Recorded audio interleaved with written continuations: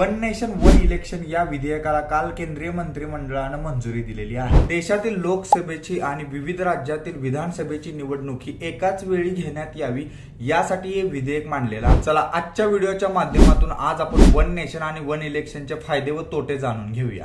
या निर्णयाच्या फायद्यांबद्दल बोलायचं झालं तर देशात वेगवेगळ्या क्षेत्रात होणाऱ्या निवडणुकीच्या खर्चांवरती आळा बसेल। त्यानंतर दुसऱ्या फायद्याबद्दल बोलायचं झालं तर देशात वेगवेगळ्या ठिकाणी लागणाऱ्या आचारसंहितेला सुद्धा आळा बसेल। आणि लोकसभेची आणि विधानसभेची निवडणूक एकाच वेळी असल्यामुळे मतदानाचा टक्का सुद्धा वाढला जाईल अशी सुद्धा आशंका घेतली जाते। पण विरोधक यावरती असा आरोप करत आहेत की लोकसभेची आणि विधानसभेची निवडणूक एकाच वेळी असल्यामुळे राष्ट्रीय मुद्द्यामुळे लोकल लेवलचे मुद्दे हे अधोरेखित होणार नाहीत। आणि अजून तोट्यांमध्ये बोलायचं झालं तर ऑपरेशनल दृष्टिकोनातून भारतासारख्या मोठ्या देशामध्ये एकाच वेळी एवढं मोठं इलेक्शन कॅम्पेन ऑर्गनाईज करणं ही सुद्धा सोपी गोष्ट असणार नाही। बाकी तुम्ही आम्हाला कमेंट बॉक्स